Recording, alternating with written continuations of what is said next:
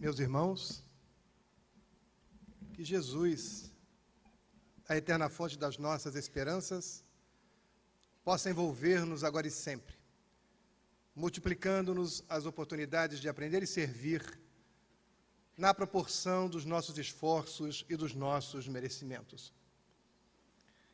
Inicialmente, gostaríamos de agradecer ao convite da organização que nos permite estar na cidade de Campos novamente e reencontrar não só os companheiros desta cidade ou desta região, mas também a oportunidade de reencontrar almas queridas, cujo carinho foi construído ao longo de muitos anos.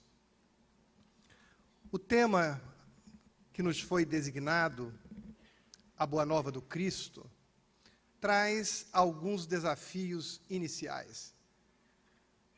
O primeiro grande desafio é a definição que possamos dar da Boa Nova. Porque, afinal de contas, sintetizar a produção dos conhecimentos ou da afetividade do Cristo é um grande desafio. Buscamos, então, algum tipo de conceito, de definição que nos pudesse orientar o trabalho da noite de hoje. E lembramos-nos de uma obra de Amélia Rodrigues, pela psicografia de Divaldo Franco, intitulado Luz no Mundo, onde, no primeiro capítulo, ela apresenta a ideia da Boa Nova. E no primeiro parágrafo, ela busca iniciar também definindo o que seja a Boa Nova do Cristo. E escreve ela que a Boa Nova é a epopeia do homem no caminho da sua transformação. É aquele caminho que o homem busca trilhar na tentativa de deixar para trás aquelas expectativas mais voltadas para o agora, para o sensório, para o corpo, e busca, numa grande viagem, reencontrar-se como um homem-luz. Um homem que tem o que desenvolver no campo da espiritualidade, olhando sempre para um futuro de eternidade, um futuro de imortalidade, um futuro de virtudes que podem efetivamente ser conquistado.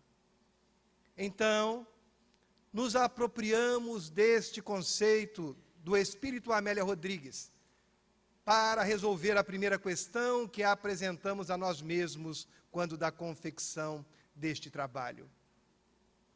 O segundo desafio a ser vencido era escolher, dentre as inúmeras passagens do Cristo, os muitos conhecimentos do Cristo, aquele que poderia servir para materializar a ideia da Boa Nova no período de tempo a que nos foi designado. Quantas passagens, quantos ensinamentos, quantas vivências poderíamos escolher para, de alguma forma, trazer aos companheiros as reflexões em torno desse tema na noite de hoje. Lembramos-nos, então, do conjunto de ensinamentos ou de passagens contidas no Evangelho de João, quarto evangelista, especialmente no capítulo de número 6, quando ele narra um conjunto de fatos, de acontecimentos e de ensinamentos do Cristo. Vamos nos permitir falar desta passagem, deste capítulo, numa narrativa livre, a fim de trazermos efetivamente este caminho de construção da Boa Nova.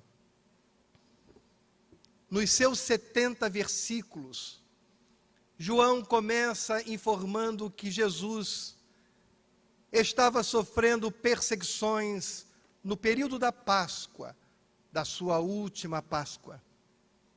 E por conta disso, ele sai com um conjunto de discípulos atravessando o lago de Genezaré na direção possivelmente de Betsaida de Júlia.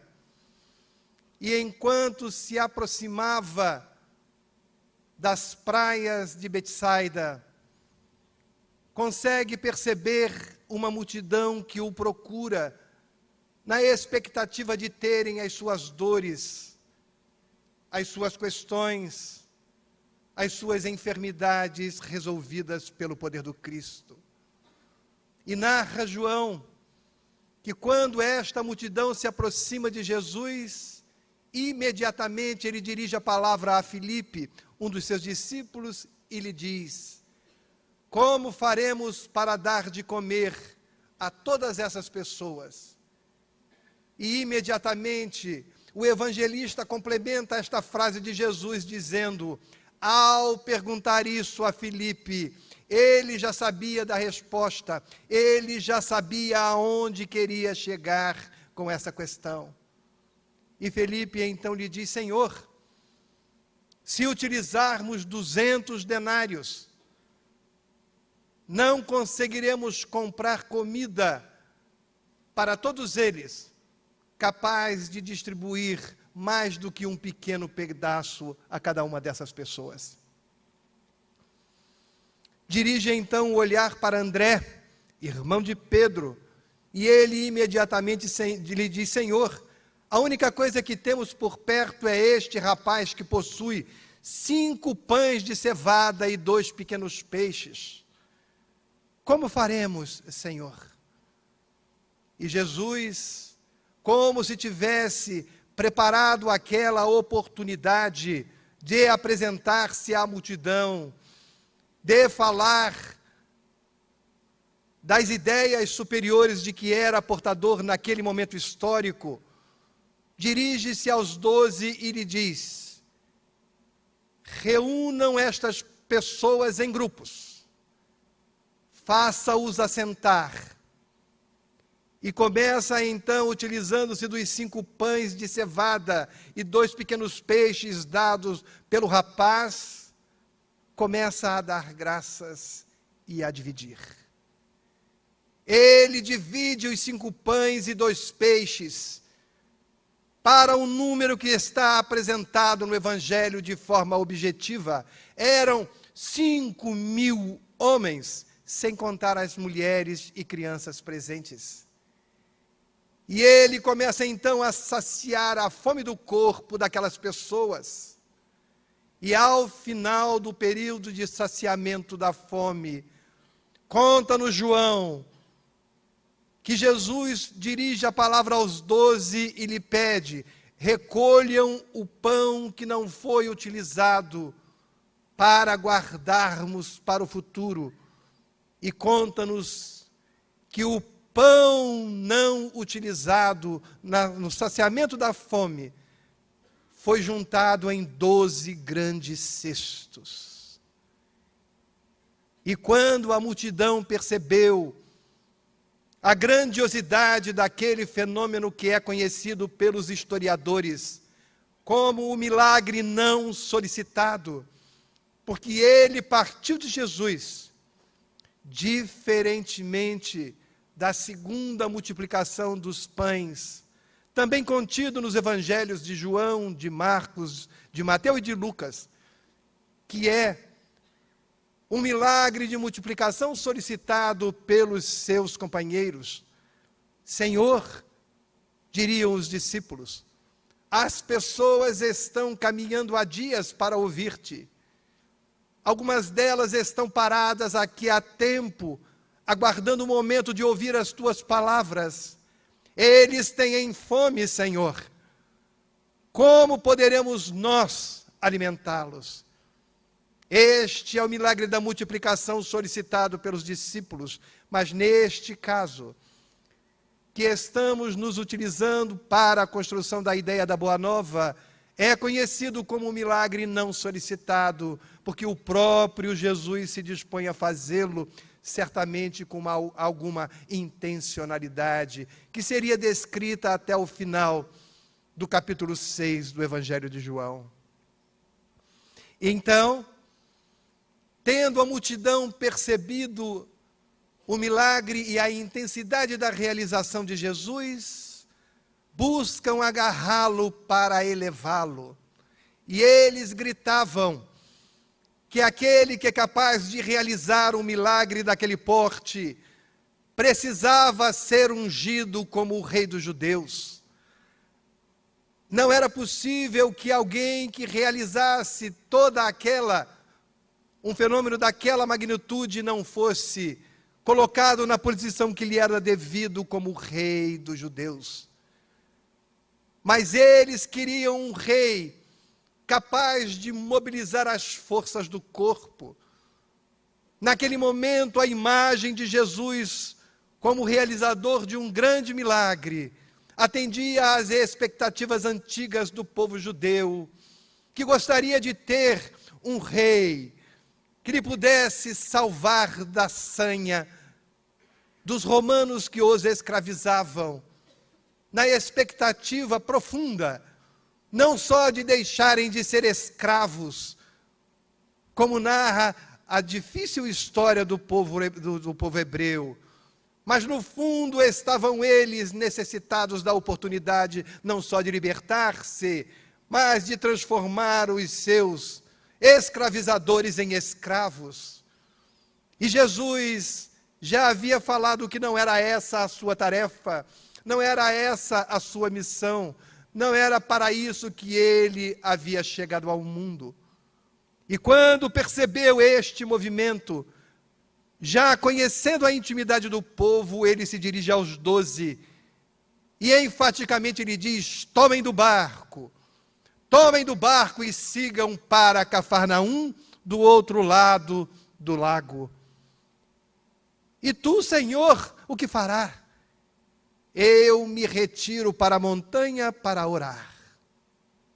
E escreve João que Jesus toma sozinho a direção do cume da montanha, enquanto os apóstolos, os discípulos, pegam do barco e seguem na direção de Cafarnaum.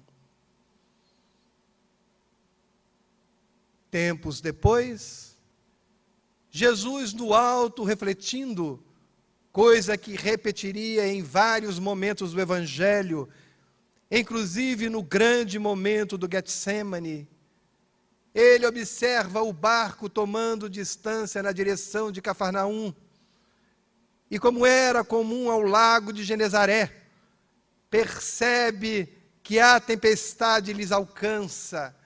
E conhecendo a intimidade daqueles homens que ele conhecia desde antes, ele observa que o barco é tomado pelas ondas e como uma folha suave e doce e leve, era levado para todos os cantos, e sabendo da emotividade daqueles homens, narra João, que ele desce da montanha e é percebido imediatamente, aproximando-se sob as águas, na direção do barco.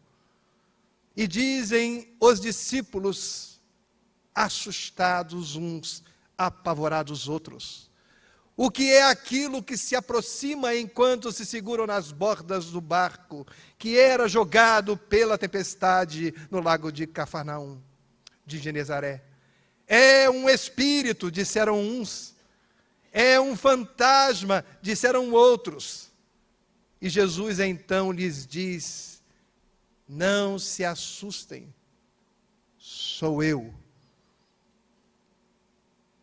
E Lucas vai acrescer a narrativa de João, o esforço de Pedro para ter a certeza para si mesmo que aquela imagem que se aproximava nas ondas era de Jesus. Ele lhe diz: se és Jesus, que eu possa ir ter contigo.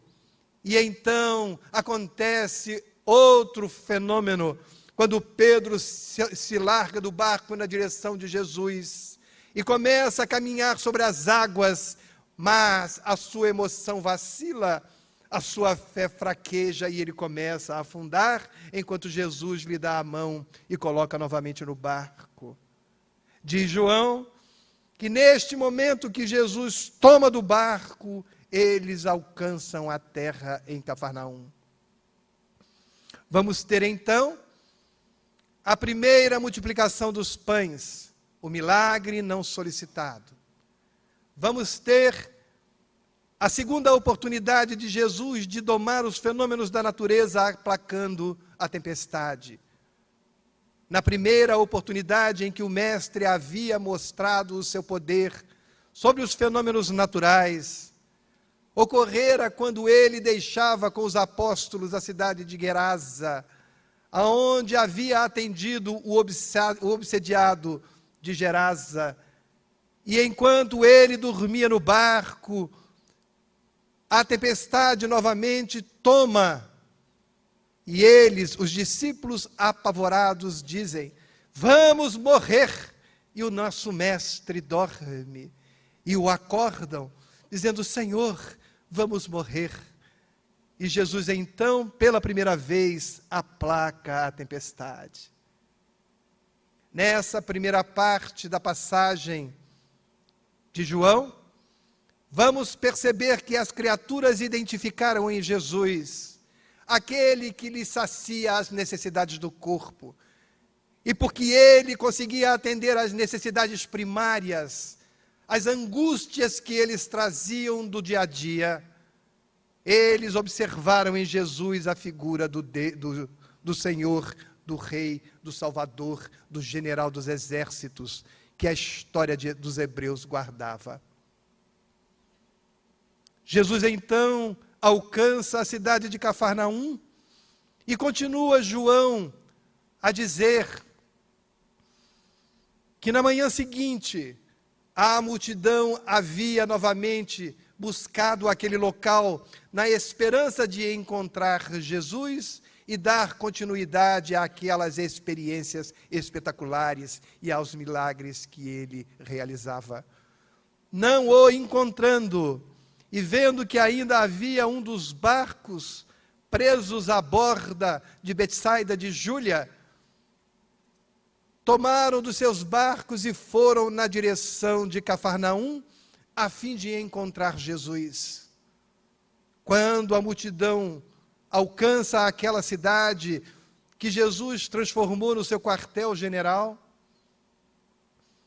um deles lhe procura: Senhor, como chegaste até aqui? Que caminho fizeste do outro lado do lago até aqui? Estamos à tua procura. Fomos até onde te deixamos e não o encontramos. Como fizeste? E Jesus então vai lhe dizer, dando início ao momento mais importante desta narrativa do capítulo 6 de João. Vocês não me reconheceram pelos sinais que eu realizo?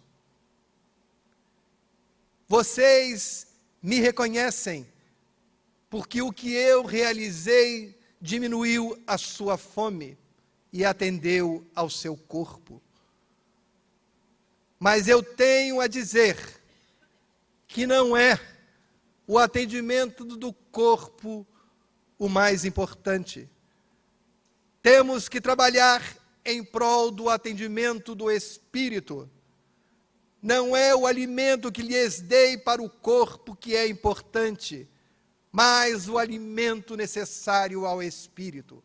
E nesse momento abrimos aspas para narrar a frase de João: porque neste alimento espiritual Deus apôs o seu selo, dizendo de forma objetiva que estes dois momentos do alimento do corpo atendia a uma necessidade, tanto é que ele havia multiplicado pães e peixes para atendê-los, e que eles estavam ali não pelos sinais proféticos que Jesus acumulava desde os tempos em que iniciou o seu messianato. Eles estavam ali pela fala de Jesus, porque ele lhes atendeu o corpo. E chama a atenção de todos, dizendo que o atendimento do corpo não era efetivamente o mais importante, Deus pôs seu selo no alimento espiritual. E o interlocutor da multidão lhe pergunta: Senhor, que sinais fareis vós para que possamos reconhecê-lo como tal? Afinal de contas, nossos antepassados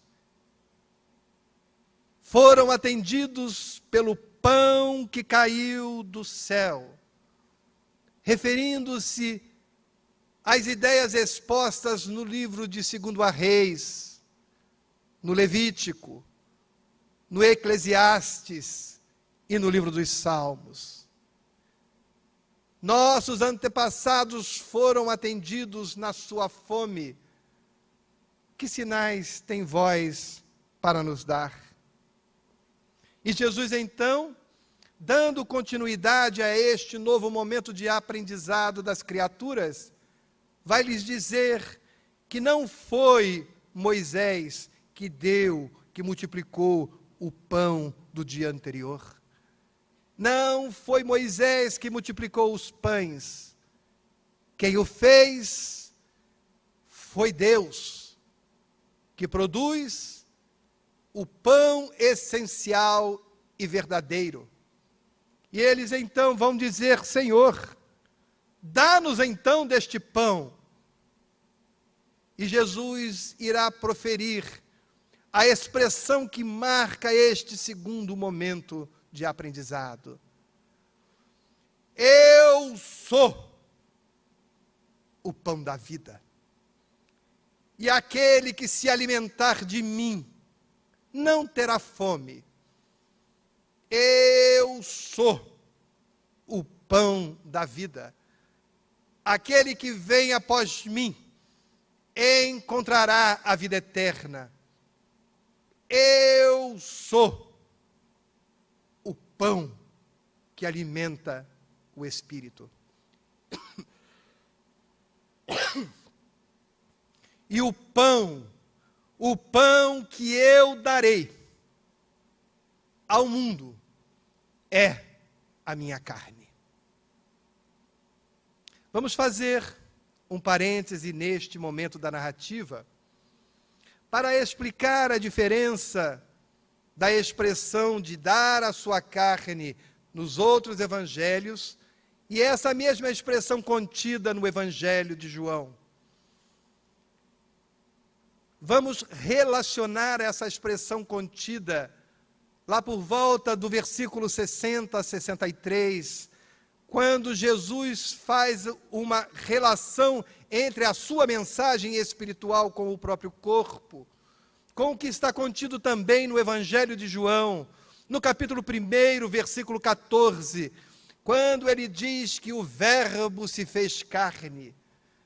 A essência da mensagem transformou-se em corpo.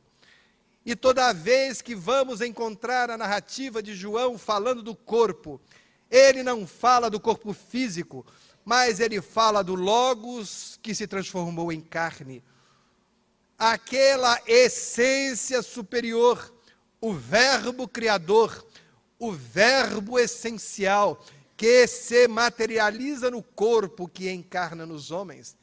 Então, quando vamos falar do Verbo e da carne em João, estamos falando: eu sou o pão da vida, e o pão que eu lhes dou é o meu corpo. Este corpo, esta carne, é o Verbo, é a essência, é o conhecimento. Fazendo então a grande dicotomia do primeiro dia, onde ele multiplica o pão do corpo, para dizer que dar-se-á por inteiro na carne, no Verbo, no Logos, na essência, chamando a atenção para o fato de que aquele alimento dado no corpo, o pão e o peixe, alimenta o corpo, mas que ele estava ali para falar da boa nova, e esta boa nova essa mensagem nova, essa mensagem transformadora não atingiria exclusivamente o corpo, mas ela estava vinculada a transformações maiores do espírito. E vai escrever João: o espírito é que faz a vida, a carne não tem utilidade. As palavras que eu proferi são espírito e vida. As palavras que eu proferi são espírito e vida. Começamos então, neste momento, a refletir nas nossas próprias vidas. Que momento estamos nós na relação com o Cristo? Estamos, no primeiro momento, naquele em que queremos transformar Jesus no Rei das nossas vidas, porque Ele está disposto a realizar para nós milagres que tocam o nosso corpo. Estamos buscando Jesus porque nas nossas orações lhe apresentamos problemas que esperamos que Ele os resolva.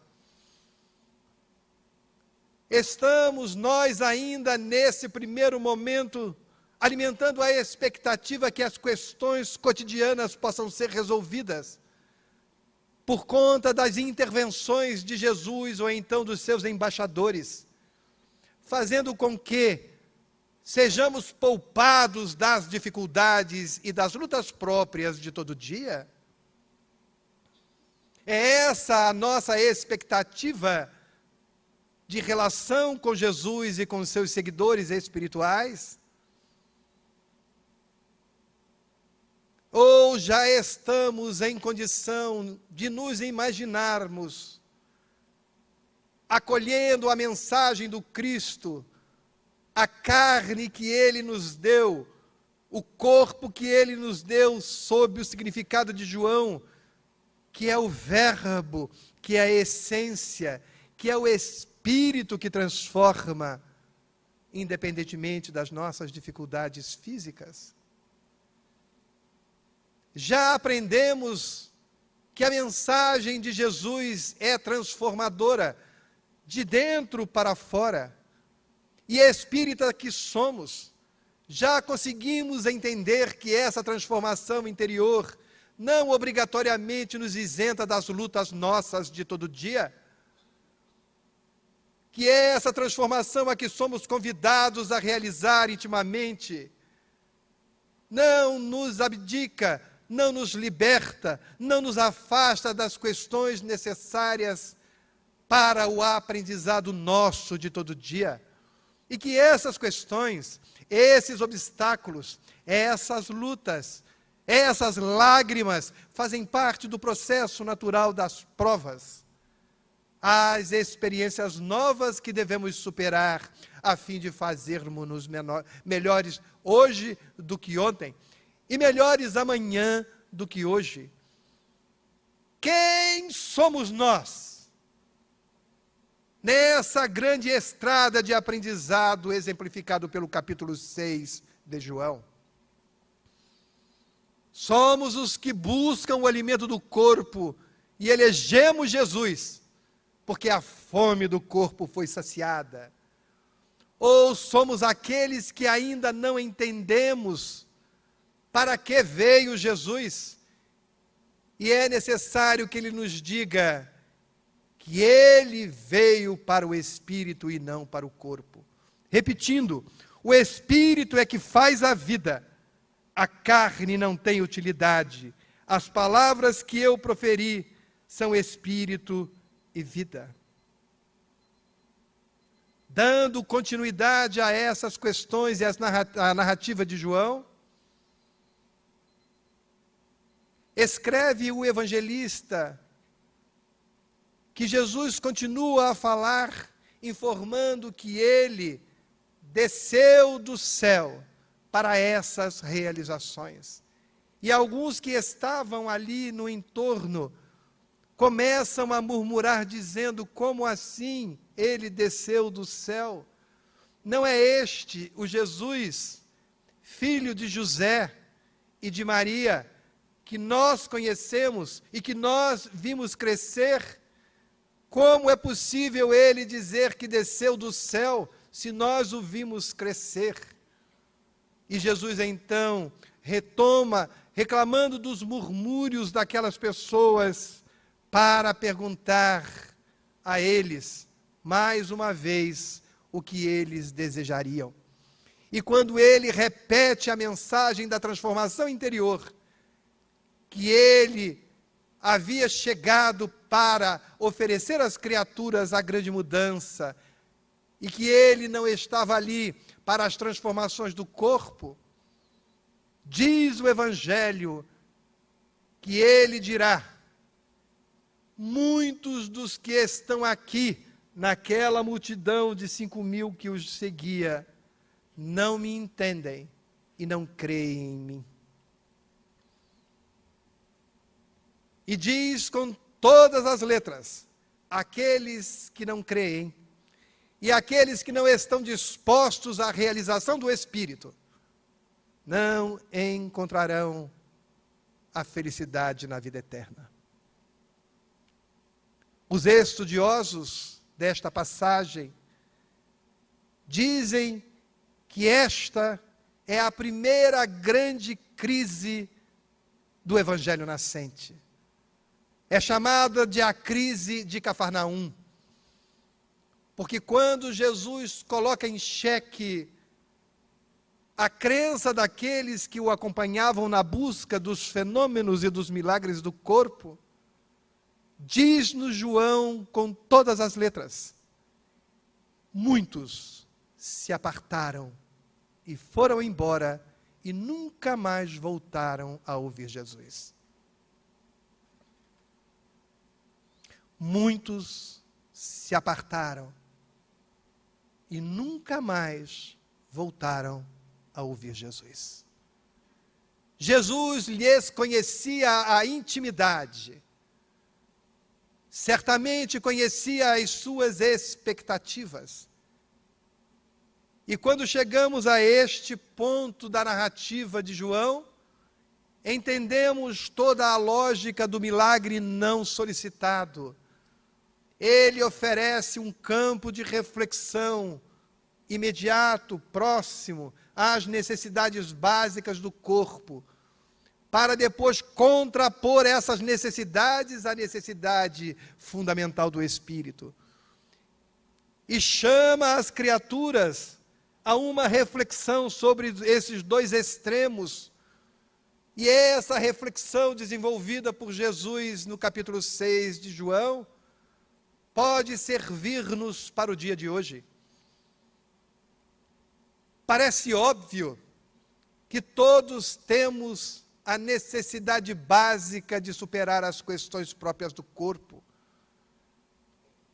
A grande questão é seu conhecimento espírita, trazido pelos imortais e codificado por Allan Kardec, que é utilizado por nós como fonte de estudo e aprendizado, já nos trouxe a expectativa nova de que esses conhecimentos que a doutrina espírita desdobra em torno do Evangelho precisam servir para transformar-nos, para atingir uma outra ordem em nós, que não a ordem do corpo, que precisa alcançar uma ordem nova, uma ordem superior, que é a ordem do Espírito. Porque nós precisamos nos ver como espíritos imortais, e iniciando o processo de transformação, de absorção do Espírito da Boa Nova do Cristo, aproveitarmos esses aprendizados novos e esta visão renovada que a doutrina espírita nos apresenta sobre o Evangelho para as grandes transformações humanas, que são grandes porque são importantes, mas certamente são lentas, porque as transformações da nossa intimidade, a construção das virtudes, o desapego ao homem velho, que naturalmente vai se transformando no homem novo, porque nenhum de nós poderá matar o próprio passado. É incorreta a expressão que devemos matar o homem velho, porque se matarmos o homem velho, mataremos o que efetivamente nós somos, porque nós somos passado, presente e seremos futuro. A mensagem do Cristo ao final do capítulo 6 é um convite à utilização das suas ideias, das suas palavras, para a modificação interior. Poderemos ter as nossas necessidades físicas satisfeitas, que bom, mas não podemos esquecer que estamos no corpo para as transformações do espírito. Aqueles 5.000 homens somos nós. Aqueles que se deixaram alimentar do corpo e se encantaram com a capacidade de Jesus, somos nós. Aqueles que ainda titubeiam, no melhor entendimento da palavra, somos nós. Aqueles que muitas vezes abandonam a arena de lutas consigo mesmo, iluminados pela luz nova do Evangelho de Jesus, somos nós. E aqueles que se mantiveram após a pregação de Jesus sobre o discurso do pão da vida, como é conhecido, esse trecho do Evangelho de Jesus, também somos nós. É uma questão de escolha. Ai, Álvaro, mas é tão difícil. O discurso do pão do corpo é tão mais próximo de mim. E o discurso do pão da vida é muitas vezes tão distante. Mas a grande pergunta é: quando vamos efetivamente enfrentar a necessidade pessoal de acolhermos o discurso do pão da vida? Quando iremos dar foco à nossa vida e seguir na direção do discurso do pão da vida? Deus, segundo Emmanuel em roteiro, não espera de nós espetáculos de santidade. Espera de nós o esforço. A Boa Nova, relembrando o conceito de Amélia Rodrigues, é a epopeia do homem que sai do momento onde está e nas lutas internas que realiza, busca a paz interior, aproximando-se mais da mensagem do Cristo. Não estamos falando de transformações mágicas, estamos falando do primeiro passo na grande escada dos esforços humanos. Não estamos falando da abdicação de tudo que somos, estamos falando nas escolhas iniciais das virtudes que iremos buscar dia a dia. E para concluir essa fase, quando aqueles homens começam a se dispersar, identificando-se com a frase de Jesus que lhes diz: sei que muitos que estão aqui não creem efetivamente. E eles perguntam, e eles dizem: muito difícil esse discurso. Está em João. Muito difícil esse discurso. Está no Evangelho de João. E porque era difícil, eles abandonaram a oportunidade. Jesus, então, dirige a palavra especialmente ao colégio de discípulos. Ele lhes pergunta: e vós, para onde vão? E vocês, para onde vão? E vocês irão com eles ou ficarão comigo? E contam os evangelhos que Pedro, tomando da palavra, diz: Senhor, para onde vamos, se tu tens a palavra de vida eterna? Senhor, para onde vamos, se tu tens a palavra de vida eterna?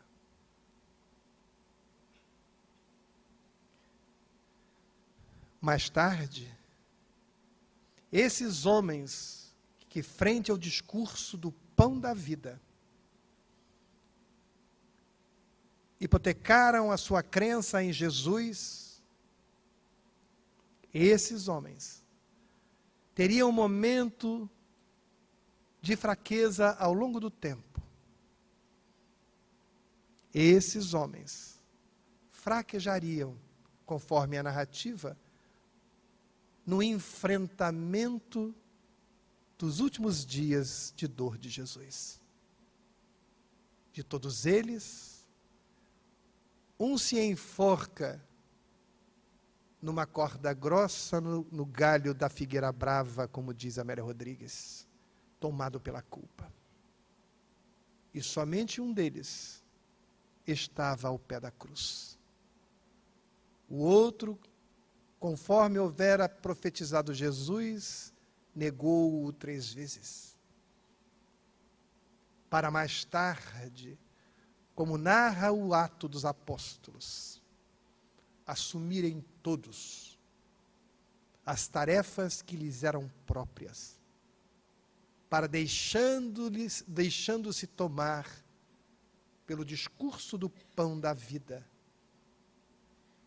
deixando-se envolver pelo Espírito do Cristo e da mensagem, e saíram pelo mundo, pregando, divulgando e exemplificando. Saiamos daqui hoje, perguntando-nos se estamos no momento do pão do corpo, ou se estamos no momento do pão da vida. Mas não devemos acreditar que a escolha pelo pão da vida não cabe falhas. Escolher o pão da vida não é um sucesso absoluto. Escolher o pão da vida é escolher o norte, é escolher o futuro, é escolher o que cada um de nós quer para si, enquanto espírito imortal. E nessa trajetória escolhida por nós, há espaços para desvios pequenos e equívocos. Porque estamos todos em processo de aprendizado. Estamos todos lutando contra um passado que carregamos. Mas em algum momento precisaremos escolher o Cristo. Estamos todos novamente a par com o Evangelho de nosso Senhor, agora esclarecidos pela ótica espírita. Tal qual aqueles homens, ao serem perguntados por Jesus: e vós? E vocês para onde vão? Vamos imaginar que Jesus nesse momento nos pergunta a cada um: e vocês? Para onde vão? Respondamos ao Senhor Jesus: Senhor, para onde iremos? Para onde iremos, Senhor, se Tu tens a palavra de vida eterna? E deixemo-nos envolver por essas palavras, por essa certeza, pelo discurso do pão da vida, para tomarmos a direção de Jesus E quando fraquejarmos na estrada que escolhemos hoje, levantemo-nos, porque a escolha da estrada com Jesus é uma estrada de acolhimento, é uma estrada de perdão e de auto-perdão, é uma escola de amor, uma estrada de amor e de auto-amor, é uma estrada de tentativas e erros, mas acima de tudo, é uma estrada necessária a cada um de nós. Que seja hoje o momento em que, percebendo esses dois extremos, escolhamos o pão da vida, além do pão do corpo. Muita paz.